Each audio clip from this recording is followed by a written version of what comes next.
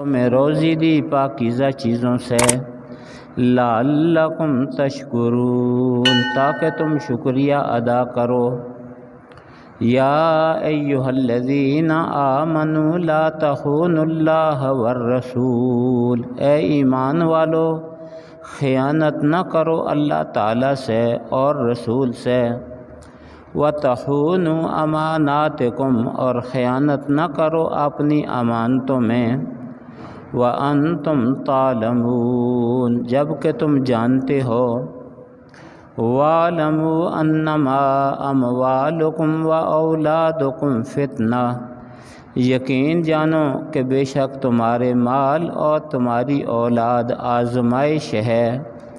وَأَنَّ اللَّهَ عِندَهُ، اور بے شک اللہ تعالیٰ کے پاس اجر عظیم، بہت بڑا اجر ہے، ثواب ہے۔ آمنت باللہ وبآیاتہ،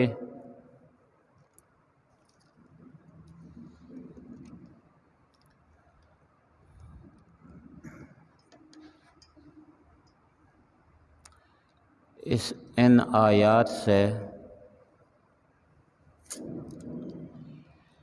آیات سے پہلے جو آیات گزری ہیں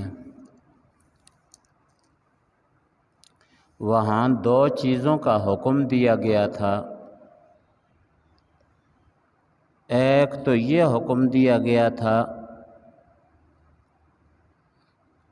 کہ اللہ اور اللہ تعالیٰ کے رسول کا حکم مانو جب کہ وہ تمہیں بلائیں۔ اللہ تعالیٰ کی طرف سے بلاوا ہو، رسول علیہ السلام کی طرف سے بلاوا ہو تو اس میں پس و پیش نہ کرو، فوراً اللہ اور اللہ کے رسول کے حکم کو مان لو، فوراً پہنچاؤ، جو کچھ کہیں وہ کرو۔ ایک تو یہ حکم تھا، اور اس پر میں نے یہ بھی گزارش کی تھی کہ 5 وقت کی اذان یہ بھی اللہ تعالیٰ کی طرف سے بلاوا ہے۔ 5 وقت اذان ہوتی ہے، یہ بھی اللہ تعالیٰ کی طرف سے بلاوا ہے کہ حی علی الصلاۃ حی علی الفلاح، آ جاؤ آ جاؤ، تمہارا رب رحیم جو سب سے بڑا ہے وہ تمہیں بلا رہا ہے۔ تو جو لوگ نہیں آتے وہ اللہ اور اللہ کے رسول کا حکم نہیں مانتے۔ جو لوگ اذان سنیں اور نماز کے لیے نہ آئے وہ اللہ اور اللہ کے رسول کا حکم نہیں مانتے۔ صحابہ کرام کا یہ طریقہ نہیں تھا کہ اذان سنیں اور اذان سن کر وہ نماز کے لیے نہ آئیں، یہ صحابہ کرام کا طریقہ نہیں تھا۔ جو پکے مسلمان تھے، جن کے متعلق اللہ تعالیٰ نے ہمیں حکم دیا ہے کہ ان کی طرح ایمان لاؤ، ان کی حالت یہ تھی کہ چھوٹے سے چھوٹا کام بھی اذان کے بعد کرنا پسند نہیں کرتے تھے، اللہ اور اللہ کے رسول کا حکم مانتے تھے۔ اللہ تعالی ہمیں بھی توفیق عطا فرمائے، ورنہ ہمارے ایمان میں شک ہوگا۔ یہی وجہ ہے کہ کچھ صحابہ کرام اور کچھ تابعین اس آدمی کو مسلمان نہیں سمجھتے کہ جو آدمی بغیر کسی عذر کے نماز ادا نہ کرے۔ عذر کوئی نہ ہو، نماز ادا نہ کرے، نماز کو چھوڑ دے، تو صحابہ کرام میں سے بعض صحابہ اور تابعین میں سے بعض تابعین اس کو مسلمان نہیں کہتے تھے۔ صحابہ کرام میں بڑے صحابی ہیں، بڑی شان والے صحابی ہیں، سیدنا علی المرتضیٰ رضی اللہ تعالی عنہ، ان کا بھی یہی مسلک تھا، یہی کہتے تھے کہ عذر کوئی نہ ہو، اللہ بلا رہے ہوں، نماز نہ پڑھے، وہ کیسا مسلمان ہے؟ خود بھی ہمیں سوچنا چاہیے۔ ووٹوں کی لسٹ میں مسلمانوں میں نام کا لکھا جانا یہ اسلام کی دلیل نہیں ہے۔ کئی مرزائی ہیں یا دوسرے ایسے لوگ ہیں کہ جو دھوکے سے، جھوٹ سے اپنا نام مسلمانوں میں لکھ دیتے ہیں، تو جھوٹ سے مسلمانوں میں اپنا نام لکھ دینے سے کوئی مسلمان نہیں بنتا۔ مسلمان کلمے کا اقرار کر کے مسلمانوں والے عمل کرنے سے آدمی مسلمان بنتا ہے۔ ایک تو کلمے کا اقرار کرے، دل سے بھی اقرار کرے، زبان سے بھی، پھر جو مسلمانوں والے کام ہیں وہ کام کرے، تب جا کر مسلمان بنے گا۔ ووٹوں کی لسٹوں میں اور شماریات میں نام لکھ لینے سے ساتھ ہو، مسلمان لکھ لینے سے کوئی بھی مسلمان نہیں بنتا جب تک کہ مسلمان کے اسلام کے مطابق عمل نہ کرے۔ کئی مرزائی ہیں، بڑے بڑے عہدوں تک پہنچ جاتے ہیں، اپنے نام کے ساتھ مسلمان لکھتے ہیں، تو نام کے ساتھ مسلمان لکھنے سے مسلمان کوئی بھی نہیں بنتا۔ یا ایھا الذین آمنوا استجیبوا للہ وللرسول، اے ایمان والو اللہ اور اللہ کے رسول کا حکم مانو۔ اور دوسرا حکم یہ دیا گیا تھا کہ وَاتَّقُوا فِتْنَةً لَا تُصِيبَنَّ الَّذِينَ ظَلَمُوا مِنْكُمْ خَاصَّةً، فرمایا ایسے فتنوں سے بچو، ایسے کاموں سے بچو کہ جس کا وبال صرف گناہ کرنے والے پر نہیں ہوگا، بلکہ وہ گناہ تمام لوگوں کو شامل ہو جائے گا، اس کا وبال تمام لوگوں کو شامل ہو جائے گا۔ اس کی کئی مثالیں میں نے آپ کے سامنے بیان کی تھی کہ ایک آدمی اگر میدان جنگ سے بھاگ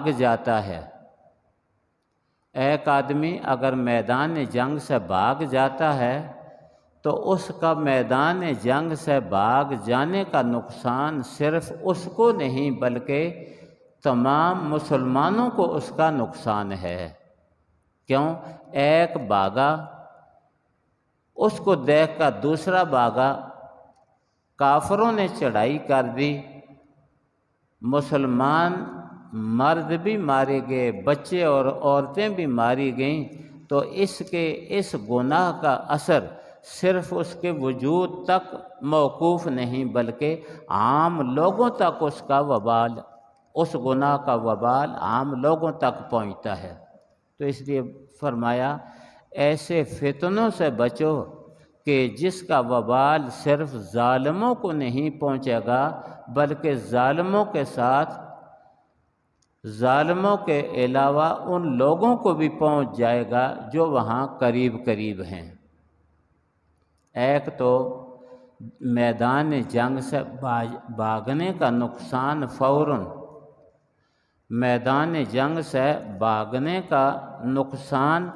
فوراً مسلمانوں کو پہنچتا ہے۔ دوسرا، جہاد کو بالکل چھوڑ دینے کا جو ظلم ہے، اس کا وبال صرف اس شخص کو نہیں پہنچے گا کہ جس نے جہاد کو چھوڑا، بلکہ اس کے ساتھ اور لوگوں کو بھی مسلمان کمزور ہوں گے اور تمام مسلمانوں کو اس کا نقصان پہنچے گا۔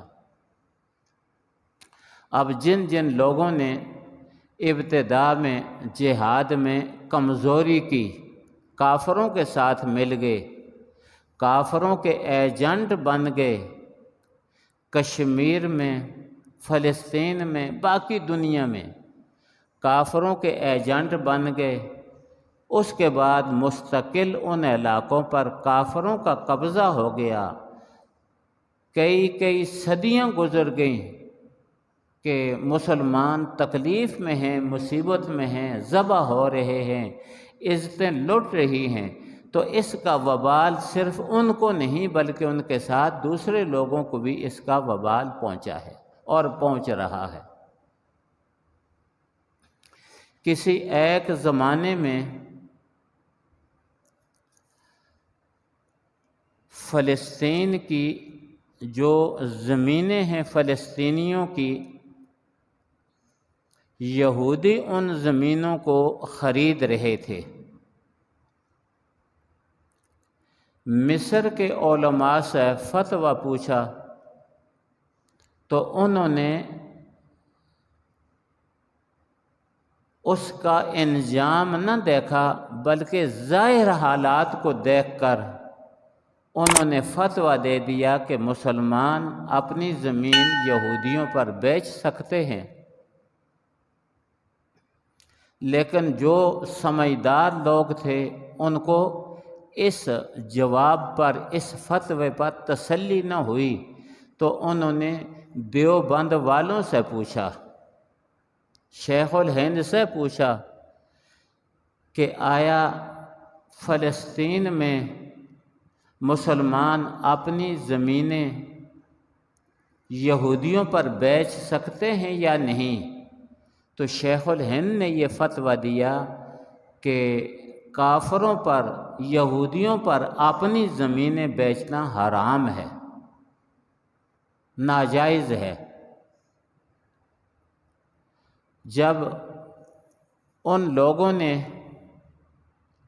اکثریت نے مصر والوں کے فتوے پر عمل کر کے زمینیں بیچیں، آج تک یہودی باقی زمینوں پر بھی قبضہ کر رہے ہیں، طاقتور ہو گئے ہیں وہاں، تو وہاں فلسطینی رو رہے ہیں اور یہ کہہ رہے ہیں کہ ہندوستان کے دیوبند کے عالم نے جو کہا تھا اصل وہ تھا کہ اگر ہم زمینیں نہ بیچتے، اگر ہم ان پر زمینیں نہ بیچتے تو ہمیں یہ دن نہ دیکھنا پڑتا کہ باقی زمینوں سے بھی ہم محروم ہو گئے۔ یا ایھا الذین آمنوا، اے ایمان والو، واتقوا فتنۃ، بچتے رہو اس فتنے سے کہ جس کا وبال صرف ظالموں تک محدود نہیں ہوگا بلکہ باقی لوگوں کو بھی اپنی لپیٹ میں لے لے گا۔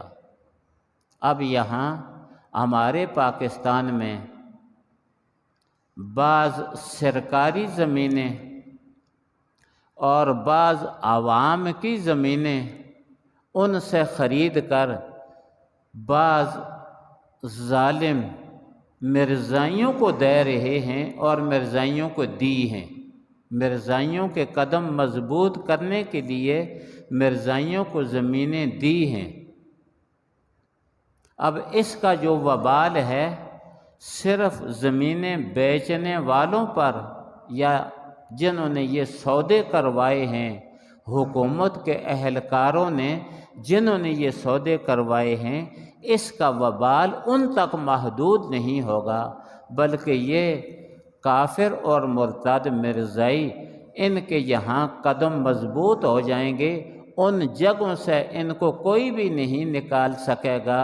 وہ یہ کہیں گے کہ ہم نے یہ زمینیں اپنے پیسوں سے خریدی ہیں، چاہے اپنے پیسوں سے خریدی ہیں ہوں انہوں نے یا حکومت نے خرید کر دی ہوں یا حکومت نے ان کو خرید کر دی ہوں، ان کو پھر کوئی نکال نہیں سکے گا۔ کیوں کہ قانون کے سامنے تو یہ ہوتا ہے کہ جج جو ہے وہ تو ایک قانون کو دیکھتا ہے، اس کے اوپر کیا اثرات مرتب ہوتے ہیں وہ اس نے نہیں دیکھنا، اس نے دیکھنا ہے کہ قانون کس چیز کی اجازت دیتا ہے۔ تو اب علماء ہمارے رو رہے تھے، پیٹ رہے تھے کہ نقصان پہنچایا جا رہا ہے، فلاں جگہ اتنی زمینیں خرید کر مرزائیوں کو دے دی گئیں، فلاں جگہ باہر سے رقمیں منگوا کر باہر سے رقمیں فنڈ منگوا کر مسلمانوں کی زمینیں خرید کر مرزائیوں کے نام پر الاٹ کی جا رہی ہیں، اس کا نقصان صرف ان کو نہیں پہنچے گا بلکہ تمام مسلمانوں کو اس کا نقصان پہنچے گا، اس کا نقصان تمام مسلمانوں کو پہنچے گا۔ تو اللہ تعالیٰ نے یہ حکم دیا کہ اے ایمان والو واتقوا فتنہ، ایسے فتنے سے بچو کہ جس کا وبال لا تصیبن الذین ظلموا منکم خاصہ، خاص ظالموں تک محدود نہیں ہوگا بلکہ غیر ظالموں تک بھی اس کا اثر پہنچے گا۔ اب بات سمجھ آئی کہ قرآن شریف کیا کہہ رہا ہے اور ہم نے کیا کرنا ہے۔ قرآن شریف کیا کہہ رہا ہے اور ہم نے کیا کرنا ہے۔ ہم مسلمانوں کی حالت یہ ہے، کہ قرآن مجید کو ہم سنتے ہی نہیں، قرآن مجید کو ہم سنتے ہی نہیں۔ سال ہا سال سے آپ کے شہر میں قرآن شریف کا درس ہو رہا ہے، قرآن شریف پڑھایا جا رہا ہے۔ کتنے لوگ ہیں آپ میں سے جن لوگوں نے قرآن شریف سیکھا؟ چلو اگر وہ مجھ سے نہیں سیکھتے دوسرے کس مولوی صاحب سے آپ نے سیکھا ہے؟ قرآن مجید کے تقاضے کو آپ نے کیسے پورا کیا ہے؟ جب آپ قرآن مجید کی طرف توجہ ہی نہیں دیتے تو پھر تم نے تو علماء کی مخالفت کرنی ہی ہے نا۔ جب قرآن شریف کی طرف توجہ نہیں دیتے تو پھر علماء کی مخالفت کرنی ہے، اس لیے کہ جو کچھ علماء کہہ رہے ہیں وہ تم سمجھتے نہیں ہو، تمہارے فائدے کی بات کرتے ہیں، عام مسلمانوں کے فائدے کی بات کرتے ہیں علماء، لیکن تم اس بات کو سمجھتے نہیں ہو۔ تمہارے اندر غرور ہے، تکبر ہے، تمہارے اندر غرور ہے، تکبر ہے۔ نتیجہ اس کا وہ ہوگا کہ کل تمہاری نسلیں افسوس کریں گی۔ تم تو اپنے کیفر کردار تک خود پہنچ جاؤ گے، لیکن آئندہ نسلیں روتی رہیں گی، افسوس کرتی رہیں گی، اور آئندہ نسلیں بھی تم پر لعنت بھیجتی رہیں گی کہ ہمیں کیوں قرآن حدیث سے دور رکھا، اور ہم جا کر جہنم میں پہنچے اور جہنم میں بھی ایک دوسرے پر لعنت کریں گے۔ اس لیے اللہ نے فرما دیا ہے کہ ایسے فتنوں سے بچو کہ جو صرف ظالموں تک محدود نہیں ہوں گے، ظالموں کے علاوہ دوسرے لوگوں تک بھی وہ فتنے متعدی ہوں گے۔ اللہ تعالی ہمیں سمجھنے کی توفیق عطا فرمائے۔ آج جو آیتیں پڑھی گئی ہیں ان میں اللہ تعالیٰ جل جلالہ عما نوالہ یہ بتلاتے ہیں مسلمانوں پر اللہ تعالیٰ اپنا احسان جتلا رہے ہیں۔ فرمایا وَاذْكُرُوا اِذْ أَنْتُمْ قَلِيلٌ مُسْتَضْعَفُونَ فِي الْأَرْضِ، مسلمانوں اس وقت کو یاد کرو اِذْ أَنْتُمْ قَلِيلٌ، جب کہ تم تھوڑے تھے، مستضعفون مغلوب تھے، عاجز تھے زمین میں۔ اگر ایک مسلمان کو کافر سزا دے رہا تھا تو دوسرا مسلمان اس کو چھڑا نہیں سکتا تھا۔ حضرت بلال کو گرم ریت پر لٹا کر چٹان اس کے اوپر رکھی جا رہی ہے، کسی مسلمان کی جرأت نہیں کہ اس کو اس چٹان کے نیچے سے نکال دے۔ فرمایا کمزور سمجھے جا رہے تھے۔ نبی اکرم صلی اللہ علیہ وسلم گزر رہے ہیں، حضرت یاسر، حضرت عمار، حضرت سمیہ، پورا خاندان کمزور خاندان ہے، اس خاندان کو کافر سزا دے رہے ہیں، کوئی ان کا دفاع کرنے والا نہیں ہے، کوئی دفاع کر ہی نہیں سکتا۔ نبی اکرم صلی اللہ علیہ وسلم ارشاد فرماتے ہیں اصبروا آل یاسر ان موعدکم الجنہ، آل یاسر صبر کرنا، جنت میں ملیں گے۔ چنانچہ حضرت یاسر بھی شہید ہو گئے اور ان کی گھر والی بھی شہید ہوگی، بڑی بے دردی سے شہید کیا، لیکن کوئی مسلمان، اتنی طاقت مسلمانوں کے اندر نہیں تھی کہ دفاع کر سکیں، اتنی طاقت نہیں تھی کہ دفاع کر سکیں۔ اللہ تعالیٰ وہ وقت یاد دلاتے ہیں، وَاذْكُرُوا إِذْ أَنْتُمْ قَلِيلٌ مُسْتَضْعَفُونَ فِي الْأَرْضِ، اس وقت کو یاد کرو جب تم تھوڑے تھے، کمزور تھے زمین میں، مغلوب تھے زمین میں، تخافون ان یتخطفکم الناس، تمہیں اس بات کا ڈر تھا کہ لوگ اس طرح تمہیں اچک کر لے جائیں گے جس طرح کہ شکاری پرندہ چھوٹے شکار کو اٹھا کر لے جاتا ہے، باز آیا کبوتر کو اٹھا کر لے گیا، کوا آیا چڑیا کو اٹھا کر لے گیا، مرغی کے بچے کو اٹھا کر لے گیا۔ فرمایا اس طرح تم ڈرتے تھے کہ ہمارے ساتھ یہ معاملہ نہ ہو جائے، تخافون، تمہیں یہ ڈر تھا، ان یتخطفکم الناس، کہ لوگ تمہیں اچک نہ لیں،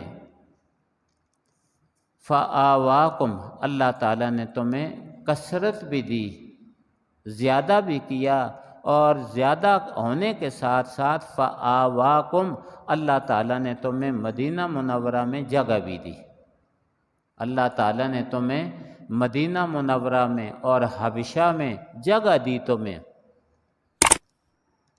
فآواکم وَأَيَّدَكُمْ بِنَصْرِهِ، اور اللہ تعالیٰ نے اپنی نصرت سے تم کو قوت بھی دی، وَرَزَقَكُمْ مِنَ الطَّيِّبَاتِ، اور کھانے پینے کی چیزیں بھی تمہارے پاس نہیں تھی، کئی ہفتے بھوک سے گزر جاتے تھے، پانی اور کھجور کے دانے کے بغیر کچھ نہیں ہوتا تھا، 2 ہفتے، مہینہ آگ نہیں جلتی تھی۔ فرمایا وَرَزَقَكُم مِّنَ الطَّيِّبَاتِ، اور اللہ تعالیٰ نے تمہیں پاکیزہ چیزوں سے روزی بھی دی، اللہ تعالیٰ نے روزی بھی تمہیں وافر دے دی۔ لَعَلَّكُمْ تَشْكُرُونَ، یہ سارا کچھ اس لیے ہوا کہ تم اپنے رب کا شکریہ ادا کرو، لَعَلَّكُمْ تَشْكُرُونَ، تاکہ تم شکریہ ادا کرو۔ تو یہ مسلمانوں کو اللہ تعالیٰ نے ان کا ماضی یاد دلایا کہ وہاں پہلے کیا حال تھا، اب 313 ہو، بڑی تعداد مدینہ منورہ میں اور بھی موجود ہیں، 313 کے ہاتھ سے اللہ تعالیٰ نے اس مکے کے کافروں کو تمہارے سامنے لا کر ذبح کروا دیا، کیا اب بھی تم شکریہ ادا نہیں کرتے؟ سوچو نا، وہ حالات سامنے رکھو، پھر یہ کیا ہے، 70 ذبح ہو گئے، 70 کو گرفتار کر کے لے جایا جا رہا ہے، یہ اسی کا نتیجہ ہے۔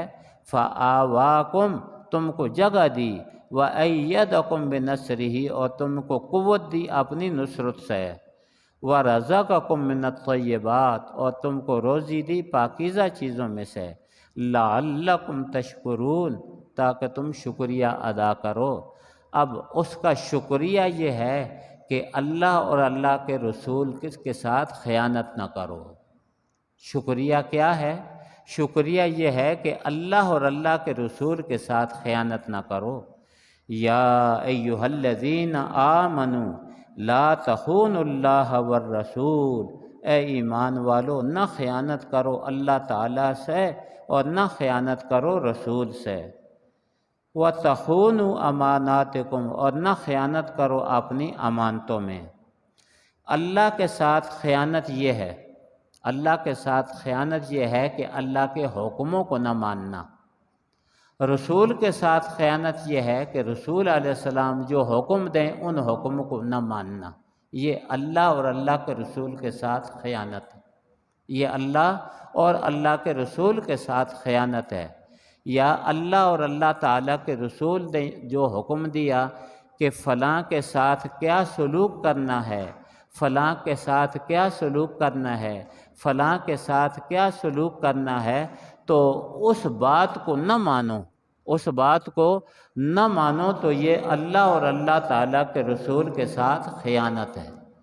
اللہ نے فرمایا یہ کام کرو، یہ کام نہ کرو، فلاں کے ساتھ یہ سلوک کرو، ہم لوگ وہ نہ کریں، یہ ہے اللہ اور اللہ کے رسول کے ساتھ خیانت۔ وَتَخُونُوا أَمَانَاتِكُمْ، اور خیانت نہ کرو اپنی امانتوں میں، یعنی جو شخص کسی کے پاس کوئی امانت رکھے، کوئی شخص کسی کے پاس کوئی امانت رکھے تو اس میں خیانت نہ کرے، جس طرح امانت رکھی ہے اسی طرح اس کو رکھے اور پھر اس کو ادا کر دے، اسی طرح اس کو رکھے اور اسی طرح اس کو ادا کر دے۔ یہ ہے ایک دوسرے کی امانت، یہ ہے ایک دوسرے کی امانت کو پورا کرنا۔ لیکن جس طرح اللہ نے فرمایا، اللہ کے رسول نے فرمایا، اس طرح وہ اس امانت کو، ایک دوسرے کی امانت کو ادا نہیں کرتا تو یہ لوگوں کی امانت میں خیانت ہے۔ لوگ اگر تمہارے پاس روپیہ پیسہ رکھیں اس میں بھی خیانت نہیں کرنی، اور جو لوگوں کے حقوق ہیں تمہارے ذمہ ان میں بھی خیانت نہیں کرنی۔ اگر ان کو ادا نہ کیا تو یہ ان کے حقوق میں خیانت ہوگی۔ اگر ایک آدمی ہے، 1000 کی تسبیح اس نے لے لی، جس طرح بعض علاقوں کے پٹھان کرتے ہیں، بعض علاقوں کے پٹھان کرتے ہیں کہ 1000-2000 کی تسبیح ان کے ہاتھ میں ہوتی ہے، اور تسبیح کے بنٹے جو ہیں وہ چل رہے ہوتے ہیں۔ یہاں سے کسی گاڑی کو بک کیا تو ڈرائیور غریب بھول گیا کہ اس کی داڑھی کو دیکھ کر، غریب ڈرائیور بھول گیا اس کی داڑھی کو دیکھ کر، اس کے تسبیح کو دیکھ کر، تو گاڑی کو لے کر اس کے ساتھ چلا گیا۔ آگے اپنے مقام پر پہنچ کر اس نے کہا کہ گاڑی کی چابی بھی مجھے دے دے اور گاڑی بھی یہاں چھوڑ دے، اور گولی مار کر اس کو بھی قتل کر دیا، گولی مار کر اس کو بھی قتل کر دیا۔ تو اس کی 1000 کی تسبیح رکھنے کا کیا فائدہ ہے؟ اس کی داڑھی رکھنے کا کیا فائدہ ہے؟ کوئی فائدہ نہیں۔ اس فرمایا کہ جو اپنی ایک دوسرے کی امانتیں ہیں ان میں بھی خیانت نہ کرو۔ یہ ہمارے رب کا حکم ہے۔ یہ کس کا حکم ہے؟ ہمارے رب کا حکم ہے کہ خیانت نہ کرو، اور ہم روزانہ اللہ کی خیانت بھی کرتے ہیں، اللہ کے رسول کی خیانت بھی کرتے ہیں، اور ایک دوسرے کے حقوق بھی ادا نہیں کرتے، وہ خیانت بھی کرتے ہیں۔ اللہ تعالی ہمیں ہدایت نصیب فرمائے۔ فرمایا وَأَنْتُمْ تَعْلَمُونَ، جان کر ایسے نہ کرو، بھول چوک ہو گئی تو اس کو اللہ تعالیٰ معاف بھی کر دیتے ہیں، لیکن جان کر ایسے نہ کرو۔ وَاعْلَمُوا أَنَّمَا أَمْوَالُكُمْ وَأَوْلَادُكُمْ فِتْنَةٌ، یقین جانو کہ جس اولاد کے لیے تم مال جمع کرتے ہو، یا جو مال تم جمع کرتے ہو، یہ تمہارے لیے آزمائش اور فتنہ ہے، اس سے تمہیں فائدہ نہیں ہوگا، اس سے تمہیں فائدہ نہیں ہوگا۔ ایک قصہ بھی ایسا پیش آیا تھا کہ نبی اکرم صلی اللہ علیہ وسلم نے کسی کو بھیجا تھا یہود بنو قریظہ کی طرف، تو وہاں ان سے کچھ ایسا اشارہ ہو گیا تھا کہ اگر اترو گے، قلعے سے اترو گے تو نتیجہ اس کا وہ ہوگا جو ہونا تھا، نتیجہ اس کا وہ ہوگا جو ہونا تھا۔ ان کو پتہ چلا کہ میں نے یہ اشارہ کر دیا، نبی علیہ السلام نے مجھے یہ اشارہ دینے کا تو نہیں کہا تھا، تو اپنے آپ کو اس نے لا کر مسجد کے ایک ستون کے ساتھ باندھ دیا۔ میری توبہ یہی ہے، میں نے گناہ کیا ہے، خیانت کی ہے، تو میری توبہ یہ ہے کہ نبی علیہ السلام خود مجھے اپنے مبارک ہاتھوں سے کھولیں، ورنہ میں اسی طرح باندھا ہوا مر جاؤں گا۔ تو بہرحال فرمایا یا ایھا الذین آمنوا لا تخونوا اللہ والرسول، نہ خیانت اللہ کی کرو نہ خیانت رسول کی کرو، وتخونوا اماناتکم، اور نہ خیانت اپنی امانتوں کی کرو، وانتم تعلمون، جب کہ تم جانتے ہو، وَاعْلَمُوا أَنَّمَا أَمْوَالُكُمْ وَأَوْلَادُكُمْ فِتْنَةٌ، یقین جانو بے شک تمہارے مال اور تمہاری اولاد، جس کے لیے تم مال جمع کرتے ہو، یہ فتنہ اور آزمائش ہے، اس سے تمہیں فائدہ نہیں پہنچے گا۔ وَأَنَّ اللَّهَ عِندَهُ أَجْرٌ عَظِيمٌ، اور اللہ تعالیٰ کے پاس بڑا اجر ہے، بڑا ثواب ہے، بڑا بدلہ ہے۔ اللہ تعالیٰ ہمیں سمجھنے کی اور اس پر عمل کی توفیق نصیب فرمائے۔ وآخر دعوانا ان الحمد للہ رب العالمین۔